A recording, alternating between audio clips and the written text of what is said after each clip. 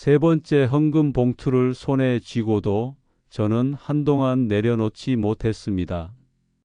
손끝이 떨렸습니다. 그 봉투 안에는 제가 평생 일하며 모은 전 재산이 담겨 있었기 때문입니다. 저는 작은 인쇄소를 운영했습니다. 도심의 한 골목, 기계 소리가 하루 종일 멈추지 않는 그곳에서 30년을 버텼습니다. 처음엔 빚으로 시작했지만 주일에는 단 한 번도 문을 열지 않았습니다. 그것이 제 신앙의 고백이었고 제 삶의 질서였습니다. 아내와 저는 결혼 후 아이를 가지기 위해 수없이 병원을 다녔습니다. 그러나 결국 아이는 주지 않으셨습니다. 해마다 새해가 오면 올해는 꼭 하고 기도했지만 응답은 없었습니다. 대신 주님은 교회를 맡기셨습니다. 주일학교 교사로, 청소 봉사자로, 그리고 인쇄로 봉사하며 살아왔습니다. 우리는 아이는 없었지만 교회가 우리의 가정이었습니다. 그렇게 모은 돈이 10억 원이었습니다. 사람들은 노후 자금이라 불렀지만 제게는 단지 주님께 받은 열매였습니다. 그해 겨울 담임 목사님은 새 예배당 건축을 위한 금식 기도를 선포했습니다. 오래된 본당은 비가 새고 벽은 곰팡이로 가득했습니다. 저는 그 모습을 보며 문득 이런 생각이 스쳤습니다. 하나님의 집이 이렇게 낡아도 되는가? 주일 예배 후 목사님은 단상에서 눈물로 호소하셨습니다. 성도 여러분, 우리가 주님께 받은 은혜를 주님의 집으로 돌려드립시다. 그 말씀을 듣는 순간 가슴 한가운데에서 뜨거운 것이 올라왔습니다. 그날 밤 아내와 함께 오래 기도했습니다. 말이 거의 없었습니다. 대신 눈물만 흘렀습니다. 그 다음 날 저는 인쇄소 금고를 열었습니다. 오래된 봉투 몇 개에 나눠 넣어둔 현금이 있었습니다. 그 돈을 꺼내며 손이 떨렸습니다. 아내는 조용히 제 옆에서 작은 성경을 펴놓았습니다. 그 자리에서 우리는 손을 맞잡았습니다. 그리고 아무 말 없이 고개를 끄덕였습니다. 이 돈, 주님의 집을 위해 쓰자. 그 말이 입에서 떨어지자 눈물이 쏟아졌습니다. 우리는 가진 것을 다 내놓기로 했습니다. 누군가는 어리석다 했겠지만 우리에겐 순종이었습니다. 우리는 자식이 없었기에 남길 사람도 없었습니다. 그저 주님께 남기고 싶었습니다. 며칠 후 주일 예배 시간, 봉헌 찬송이 흘러나왔습니다. 손끝이 차가워질 만큼 떨렸습니다. 헌금함 앞에 서자 시간이 멈춘 듯 했습니다. 주님, 이게 저의 전부입니다. 그러나 제 것이 아니었습니다. 봉투를 내려놓고 고개를 숙였을 때 뜨거운 눈물이 볼을 타고 흘렀습니다. 예배가 끝난 뒤 교회는 건축위원회를 조직했습니다. 모두들 들뜬 분위기였습니다. 누가 얼마를 냈다, 어떤 기업이 후원했다는 이야기가 오갔습니다. 하지만 저는 이름을 밝히지 않았습니다. 오직 주님만 아시길 바랐습니다. 그날 밤 저는 잠들지 못했습니다. 창문을 통해 들어온 달빛이 아내 얼굴을 비추고 있었습니다. 그 얼굴엔 후회가 아닌 평안이 있었습니다. 조용히 묵상하듯 기도했습니다. 주님, 우리는 아이를 얻지 못했지만 주님께 드릴 수 있는 마음은 남겨주셨습니다. 이 헌금이 주님 나라의 씨앗이 되게 하소서. 그 기도는 제 생애 가장 길고 가장 깊은 기도였습니다. 그 이후로 교회는 활기를 되찾았습니다. 성도들은 헌신했고 아이들은 웃었으며 건축 헌금 봉투가 차곡차곡 쌓였습니다. 새 성전의 설계도가 나왔을 때 교회 전체가 박수로 터졌습니다. 저는 단 한 번도 후회하지 않았습니다. 그러나 제 마음 깊은 곳엔 작은 두려움이 있었습니다. 주님, 이 마음이 사람의 인정이 아닌 주님의 기쁨이 되게 하소서. 아내는 제 옆에서 조용히 말했습니다. 이제 정말 마음이 비워졌네요. 이상하게 후련해요. 저는 고개를 끄덕였습니다. 비로소 알았습니다. 헌금은 돈을 드리는 것이 아니라 마음의 주인을 바꾸는 일이라는 것을. 그날 이후로 제 인생은 새로워졌습니다.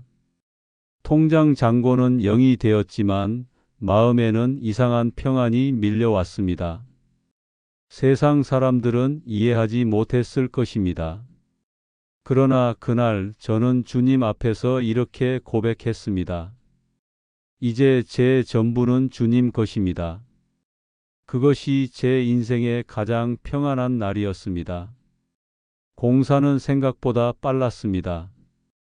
매주 예배 때마다 공사 진행 사진이 화면에 비춰졌습니다. 시멘트 골조가 올라가고 철골이 세워지고 어느새 웅장한 예배당의 윤곽이 드러났습니다.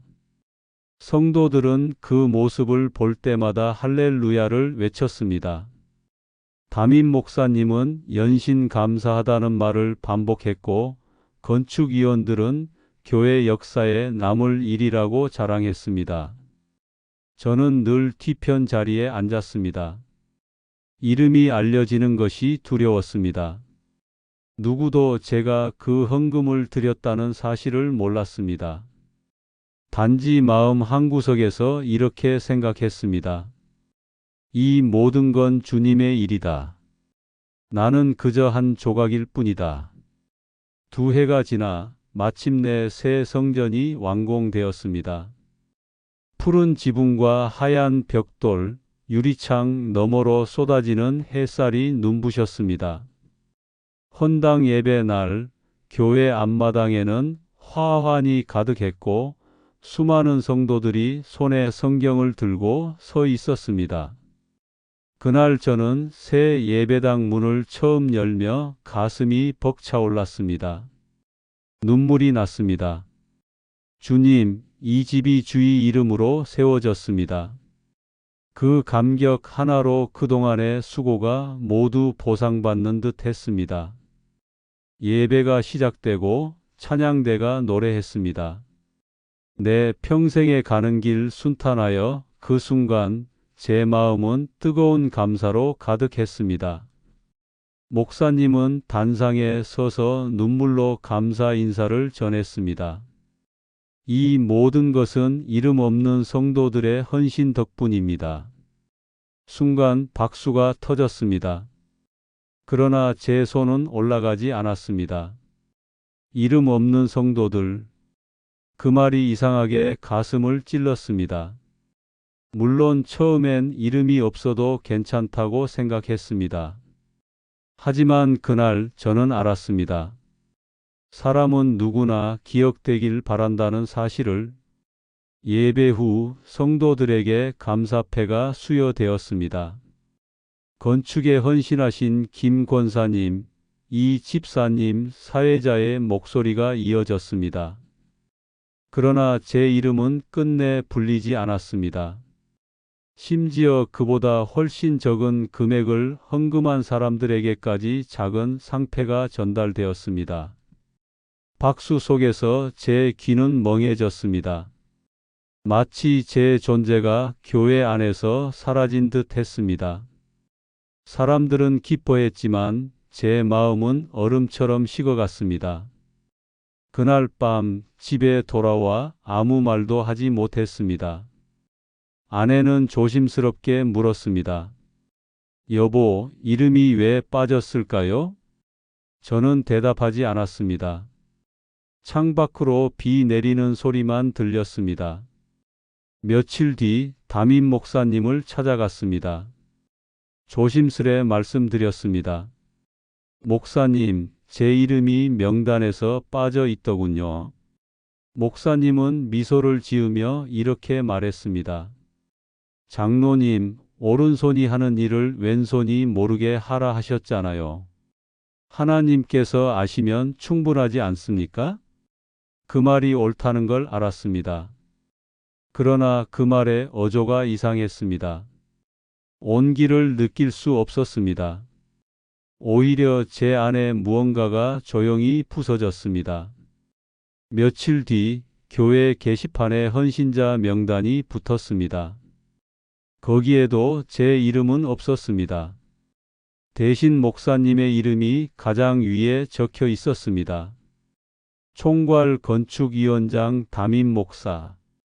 그리고 그 아래엔 장로 몇 명, 권사 몇 명의 이름이 이어졌습니다. 그 명단 앞에서 한참을 서 있었습니다. 누군가 다가와 말했습니다. 장로님, 이름이 없네요? 저는 미소로 대답했습니다. 괜찮습니다. 주님은 아십니다. 하지만 그 미소 뒤에 숨은 마음은 무너져 있었습니다.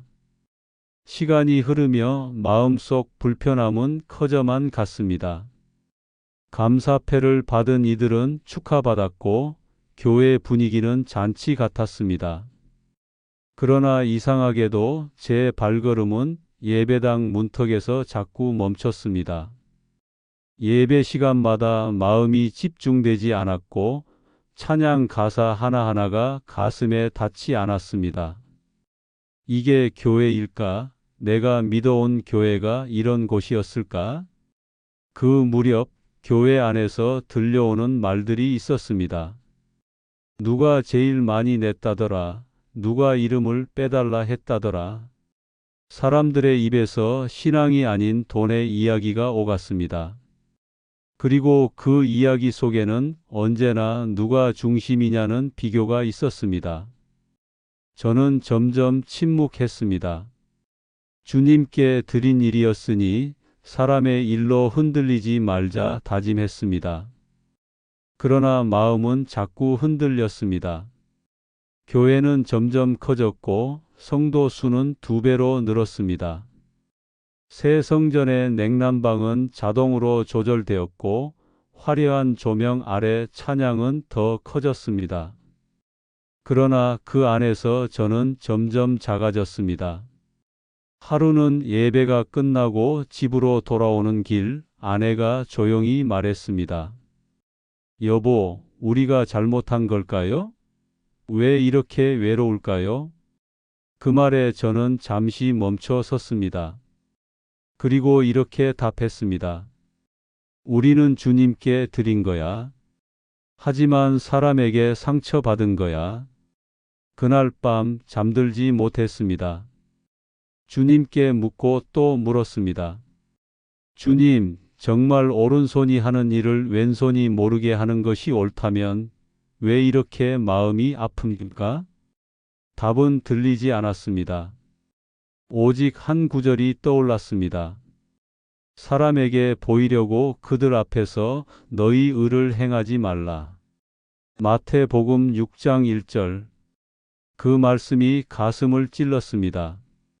하지만 동시에 그 말씀 속에서 주님의 침묵이 들렸습니다. 내가 드린 건 헌금이 아니라 마음이다. 그날 새벽 저는 처음으로 눈물로 기도했습니다. 주님, 제 마음이 사람을 향하지 않게 하소서. 교회를 향하지 않게 하시고 오직 주님만 바라보게 하소서. 그러나 기도가 끝난 뒤에도 가슴 한켠의 쓴맛은 사라지지 않았습니다. 세상에서 가장 성스러운 곳이라 믿었던 교회가 그날따라 너무 멀게 느껴졌습니다. 헌당 예배가 끝나고 얼마 지나지 않아 교회는 이전보다 더 번창했습니다. 그러나 저는 점점 예배당 구석으로 옮겨 앉았습니다. 사람들 사이에 웃음소리가 멀리서 들릴 뿐이었습니다. 어쩌면 그때부터였습니다. 제가 믿은 교회와 주님께서 세우신 교회가 다르다는 것을 깨닫기 시작한 것은 시간이 조금 지나자 교회 안에는 이상한 소문이 돌기 시작했습니다. 새로 지은 성전의 건축비가 실제보다 과하게 계산되었다는 말이었습니다. 처음에는 아무도 믿지 않았습니다. 그러나 어느 날 건축위원으로 일하던 한 집사가 제게 조용히 말했습니다. 장로님, 총 건축비가 14억이라 들으셨죠? 실제 공사비는 10억이었습니다. 그 한마디에 숨이 막혔습니다. 믿고 싶지 않았습니다. 설마 그럴 리가 주님의 집인데. 그날 밤 집으로 돌아와 한참을 서 있었습니다. 전등을 끈 거실 한가운데서 아무 말 없이 눈물이 흘렀습니다. 아내는 아무 말도 묻지 않았습니다. 그저 제 손을 꼭 잡았습니다. 며칠을 고민했습니다. 그리고 결국 당회에 문제를 제기하기로 마음먹었습니다. 회의 자리에서 조심스럽게 입을 열었습니다. 건축 회계 장부를 한번 확인해 보면 어떻겠습니까? 순간 분위기가 싸늘해졌습니다. 목사님이 미소를 지으셨습니다. 장로님, 그 일은 이미 다 결산이 끝났습니다. 믿음으로 맡기시죠. 하지만 제 마음은 평안하지 않았습니다. 며칠 뒤 저는 건축위원장을 따로 찾아가 물었습니다. 그는 고개를 숙이며 한숨을 내쉬었습니다. 장로님, 저도 잘 모르겠습니다. 제 손을 거치지 않은 돈이 많았습니다. 그 말을 듣는 순간 가슴이 찢어지는 듯 했습니다. 제가 드린 돈이 주님의 집이 아닌 누군가의 주머니로 들어갔다는 생각에 숨이 막혔습니다. 그날 이후 교회의 분위기는 달라졌습니다. 누군가 제게서 거리를 두기 시작했습니다. 인사를 해도 받아주지 않았고 회의 중에는 제 의견이 묵살되었습니다. 심지어 어떤 장로는 제게 이렇게 말했습니다. 장로님, 너무 의심하지 마십시오. 교회는 세상의 방식으로 운영되는 곳이 아닙니다. 그 말이 맞을지도 모릅니다. 하지만 제 양심은 고개를 들지 못했습니다.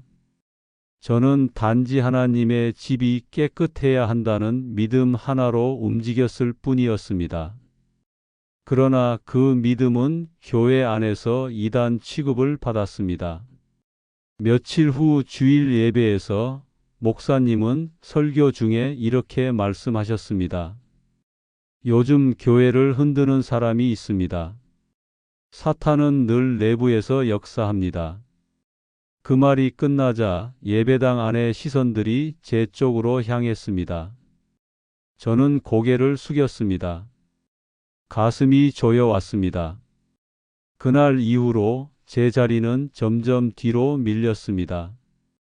교인들은 속삭였습니다.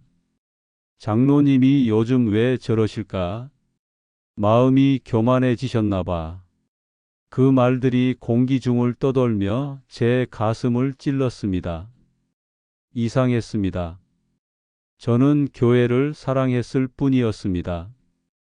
헌금도, 봉사도, 기도도 모두 주님께 드린 것이었습니다. 그런데 왜 이토록 미움받아야 하는지 알 수 없었습니다. 그날 밤 저는 교회 뒤편 주차장에 차를 세우고 한참을 앉아 있었습니다. 불 꺼진 성전을 바라보며 중얼거렸습니다. 주님, 제가 틀렸습니까? 주님의 집이 더러워지는 걸 그냥 두어야 합니까? 대답은 없었습니다. 대신 그 침묵이 제 안에서 벽처럼 자랐습니다. 그날 이후 저는 새벽 예배를 따로 드리기 시작했습니다. 아무도 없는 시간, 아무도 모르는 자리.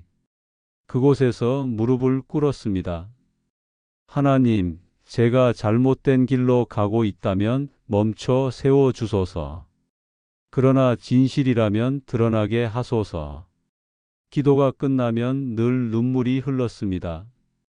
그 눈물은 억울함 때문이 아니라 주님이 멀게 느껴지는 고통 때문이었습니다. 얼마 지나지 않아 목사님은 당회에서 저를 향해 이렇게 말씀하셨습니다. 장로님, 교회를 위해 잠시 쉬시는 게 어떻겠습니까? 영적인 회복이 필요하신 것 같습니다. 그 말은 곧 떠나라는 뜻이었습니다. 그날 밤 저는 교회 앞을 천천히 걸었습니다.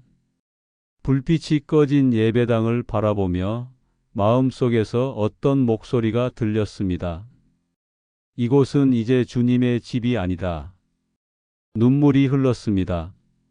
다음 주일 예배 중 찬양이 흘러나왔습니다. 주의 뜻대로 살리라. 그 찬양을 부르지 못했습니다. 목이 메어 소리가 나오지 않았습니다. 사람들은 손을 들고 찬양했지만 저는 그 자리에 앉아 두 손으로 얼굴을 가렸습니다. 그날 이후로 교회에 가는 발걸음이 점점 느려졌습니다. 성도들의 시선이 두려웠고 강단에서 흘러나오는 말씀마저도 마음에 와닿지 않았습니다. 나는 이제 어디로 가야 할까? 그 질문이 머릿속에서 떠나지 않았습니다. 어느 날 아내가 조용히 말했습니다. 여보, 우리 잠시 떠나면 안 될까요? 주님은 교회 건물이 아니라 우리와 함께 계시잖아요. 그 말이 제 마음을 찔렀습니다. 그날 밤 오랜만에 인쇄소에 불을 켰습니다. 한 장의 종이를 꺼내 조용히 펜을 들었습니다. 하나님, 저는 이 교회를 사랑했습니다. 그러나 지금은 그 사랑이 너무 아픕니다. 그 한 줄을 적고 나서 손이 떨렸습니다. 새벽 공기가 차가웠습니다. 문득 창밖을 보니 새 성전의 십자가 불빛이 반짝이고 있었습니다. 그런데 이상하게도 그 불빛이 더 이상 따뜻하지 않았습니다. 오히려 차갑고 낯설었습니다. 그날 새벽 저는 처음으로 교회를 떠날 결심을 했습니다. 주님, 이곳에 제 자리는 없습니다. 그러나 주님을 떠나지는 않겠습니다. 그 기도를 드린 후 마음속에 조용한 평안이 찾아왔습니다. 그 평안은 기쁨이 아니었습니다. 모든 것을 잃은 뒤에야 찾아오는 낯선 자유의 느낌이었습니다. 그 순간 깨달았습니다. 교회는 건물이 아니라 진리를 붙드는 사람의 마음이라는 것을, 그리고 저는 이제 진짜 교회를 찾아 나서야 한다는 것을. 저는 결국 그 교회를 떠났습니다. 40년 가까이 다닌 곳이었지만 더는 발을 들릴 수 없었습니다. 그날 새벽 텅 빈 예배당 앞에서 마지막으로 고개를 숙였습니다. 주님, 저는 이 교회를 사랑했습니다. 그러나 이제 보내주옵소서. 그 기도 한마디를 남기고 발걸음을 돌렸습니다. 한동안 예배를 드릴 용기도 나지 않았습니다. 성경을 펼치면 눈물이 먼저 떨어졌습니다. 주님, 이제 어디로 가야 합니까? 기도할 때마다 마음은 허공으로 흩어졌습니다. 그러던 어느 날 오래된 친구 목사에게 전화가 왔습니다. 형님, 이쪽으로 한번 내려오세요. 여기 조용한 교회가 있습니다. 그는 강원도의 작은 마을에서 목회를 하고 있었습니다. 마음 한구석에서 이상하게 끌렸습니다. 몇 날을 망설이다가 결국 짐을 싸서 그곳으로 향했습니다. 산을 넘고 들을 지나 버스를 2번 갈아탔습니다. 창문 밖으로 스치는 풍경은 한없이 느리게 흘렀습니다. 교회는 마을 끝자락에 있었습니다. 낡은 벽돌로 쌓은 예배당, 지붕엔 이끼가 자라고 있었습니다. 십자가 불빛은 희미했지만 어쩐지 따뜻했습니다. 문을 열자 기도 소리가 들렸습니다. 열댓 명 남짓한 성도들이 손을 모으고 있었습니다. 목사님은 제 이름을 부르며 반겨주셨습니다. 그 눈빛 속에는 계산도 거리도 없었습니다. 그날 저는 오랜만에 마음이 녹아내리는 것을 느꼈습니다. 처음엔 낯설었습니다. 찬양대도 없고 피아노 반주도 삐걱거렸습니다. 난방이 잘 되지 않아 겨울이면 숨결이 허공에 맺혔습니다. 그러나 예배가 시작되면 그 추위 속에서도 눈물이 흘렀습니다. 그들은 가난했지만 마음이 부유했습니다. 누군가의 이름이 아니라 주님이라는 이름만이 그 자리에 있었습니다. 어느 주일 목사님은 설교 중 이렇게 말씀하셨습니다. 하나님은 화려한 성전보다 상한 심령 하나를 더 귀히 보십니다. 그 말씀이 제 가슴을 파고들었습니다. 그 순간 깨달았습니다.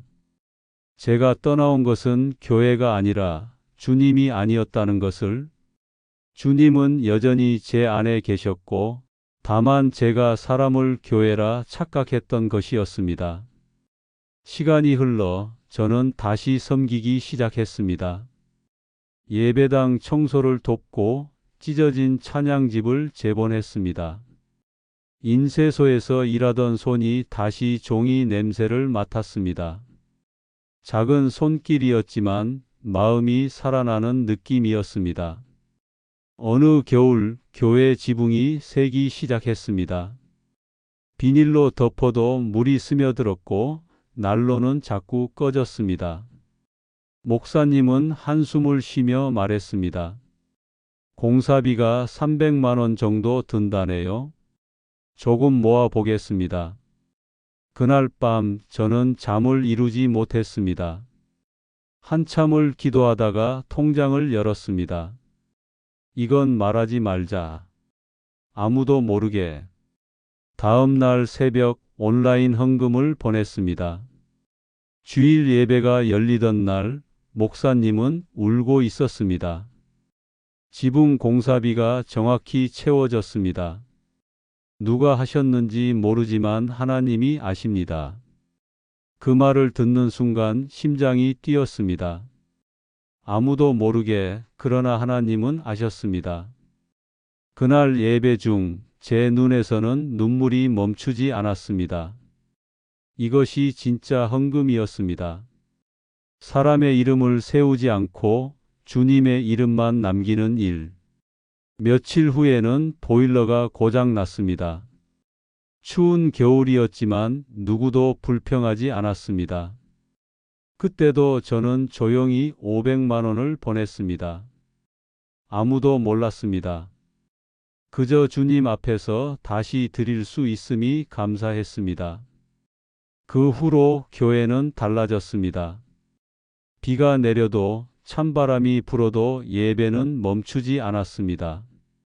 성도들의 찬양은 더 깊어졌고 기도는 더 간절해졌습니다.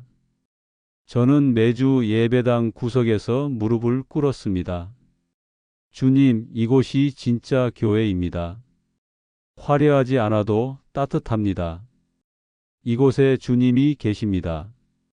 그날 이후 제 마음은 다시 살아났습니다. 교회는 작았지만 그곳에는 사랑이 있었습니다. 누군가 아프면 함께 울고 누군가 기쁘면 함께 웃었습니다. 그들은 헌금 액수보다 서로의 눈물을 귀히 여겼습니다. 그것이 바로 제가 잃었던 신앙이었습니다. 언젠가 목사님이 제게 말씀하셨습니다. 장로님, 하나님께 드린 것은 결코 헛되지 않습니다. 그 말에 저는 고개를 숙였습니다. 이제야 진심으로 고백할 수 있었습니다. 주님, 저는 교회를 잃은 것이 아니라 주님을 다시 만났습니다.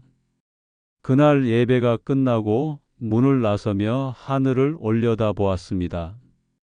작은 십자가 불빛이 바람에 흔들리고 있었습니다. 그 불빛이 제 마음을 감싸 안았습니다. 이제야 알았습니다. 십자가는 높은 건물 위에 세워지는 것이 아니라 깨어진 마음 위에 세워지는 것임을. 시간이 흘렀습니다. 시골 교회로 옮긴 지도 어느덧 새해가 지나 있었습니다. 봄이면 마을 앞 삼벚꽃이 흩날리고 여름이면 들길마다 매미 소리가 가득했습니다. 저는 그 속에서 조용히 예배드리며 살았습니다. 성전의 지붕 아래 비가 새지 않는 것만으로도 감사했습니다.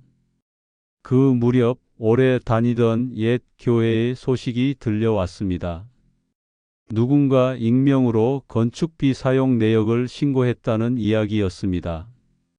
처음엔 믿지 않았습니다. 그러나 며칠 뒤 신문 한쪽에 작은 기사로 그 사실이 드러났습니다. 교회 건축 헌금 3억 8천만 원, 유용 정황 확인. 기사 아래엔 담임 목사의 이름이 또렷했습니다. 손끝이 차가워졌습니다. 눈앞이 흐릿해지고 오래된 상처가 다시 열리는 듯 했습니다. 주님, 결국 드러났군요. 그날 밤 교회 마룻바닥에 무릎을 꿇었습니다. 기도 대신 긴 침묵만 흘렀습니다. 며칠 뒤 연락이 왔습니다. 옛 교회의 한 장로가 찾아오고 싶다고 했습니다. 처음엔 망설였습니다. 하지만 아내가 말했습니다. 이제는 만나도 괜찮지 않겠어요? 당신은 이미 자유로우니까요. 그 주일 오후 교회 앞마당 벤치에 앉아 있었습니다. 멀리서 낯익은 얼굴들이 다가왔습니다. 함께 당회에서 일하던 장로들, 교회 재정 담당 집사도 있었습니다. 그들은 고개를 숙인 채 아무 말도 하지 못했습니다. 한참을 서 있다가 그중 한 장로가 조심스레 입을 열었습니다. 우리가 잘못했습니다. 장로님 말씀이 옳았습니다. 그때는 믿지 못했습니다. 용서해 주십시오. 그 말을 듣는 순간 묘한 감정이 밀려왔습니다. 억울함도 분노도 아니었습니다. 그저 오랜 시간 눌러왔던 무거운 돌덩이가 천천히 녹아내리는 느낌이었습니다. 저는 잠시 하늘을 올려다 보았습니다. 그리고 천천히 말했습니다. 이미 용서했습니다. 그래야 제가 자유로울 수 있으니까요. 그들은 울었습니다. 저도 울었습니다. 하지만 그 눈물은 슬픔이 아니라 해방의 눈물이었습니다. 오래된 상처가 주님의 손에 닿아 녹아내리는 듯 했습니다. 그날 밤 아내와 함께 교회 마당에 서 있었습니다. 바람이 불고 하늘에는 별이 가득했습니다. 아내가 제 손을 잡았습니다. 이제 정말 끝이네요. 저는 고개를 끄덕였습니다. 아니요, 이제 시작입니다. 주님께서 새로운 길을 여셨습니다. 며칠 후 옛 교회의 목사가 공식적으로 사임했다는 소식이 들려왔습니다. 교회는 큰 혼란 속에 있었지만 제 마음은 이상할 만큼 평안했습니다. 분노 대신 연민이 밀려왔습니다. 주님, 그분도 불쌍한 영혼이었을 것입니다. 용서하소서. 그 기도를 드릴 때 마음 깊은 곳에서 잔잔한 평화가 흘러나왔습니다. 그날 이후 저는 다시 일터로 돌아갔습니다. 인쇄소는 여전히 낡았지만 제 손끝에는 기도가 묻어 있었습니다. 잉크 냄새 속에서도 감사가 흘러나왔습니다. 일이 끝나면 시골 교회로 달려가 불을 켰습니다. 어두운 예배당 한가운데 앉아 조용히 기도했습니다. 주님, 제가 잃은 것은 돈이 아니라 교만이었습니다. 그리고 얻은 것은 진짜 믿음이었습니다. 어느 날 마을 소년 하나가 교회 문을 열고 들어왔습니다. 낡은 성경을 들고 저에게 물었습니다. 이거 글씨가 너무 희미해요. 다시 찍을 수 있을까요? 저는 미소 지으며 말했습니다. 물론이지요. 새 잉크로 새 말씀처럼 찍어 드릴게요. 그 순간 알았습니다. 주님은 잃은 자리를 대신해 새로운 일을 맡기셨다는 것을. 그해 겨울 교회 앞 들판은 눈으로 덮였습니다. 예배를 마치고 나올 때마다 발자국이 선명하게 찍혔습니다. 성도들은 웃으며 인사했습니다. 장로님, 눈길 조심하세요. 그 말이 어쩐지 따뜻했습니다. 저는 그 길을 걸으며 속으로 중얼거렸습니다. 주님, 저는 결국 모든 걸 잃었지만 그 속에서 주님을 얻었습니다. 이보다 더 큰 복이 어디 있겠습니까? 그리고 고개를 들어 하늘을 보았습니다. 십자가 불빛이 눈부시게 반짝이었습니다. 그 아래에서 두 손을 모았습니다. 주님, 사람의 이름은 사라져도 주님의 이름은 영원합니다. 저의 삶이 그 증거가 되게 하소서. 아멘. 찬 바람이 불었지만 마음은 따뜻했습니다. 그날 밤 예배당 불을 끄며 문을 닫을 때 문득 지난 세월이 스쳐갔습니다. 이름이 지워졌던 예배당, 억울함의 밤들, 고독한 새벽의 기도들. 그러나 지금 그 모든 순간이 한 가지 진실로 모였습니다. 하나님은 결코 침묵하지 않으셨다. 저는 그 사실을 믿습니다. 그리고 오늘도 그 믿음 하나로 살아갑니다. 사랑하는 성도님들, 주님께 드린 헌신은 결코 헛되지 않습니다. 사람은 몰라도 하나님은 아십니다. 그분의 손은 결코 늦지 않습니다. 여러분의 헌신이 헛되지 않음을 믿으신다면 구독과 좋아요로 함께 복음을 전해주세요. 그리고 댓글로 여러분의 기도 제목을 남겨주세요. 함께 기도하겠습니다.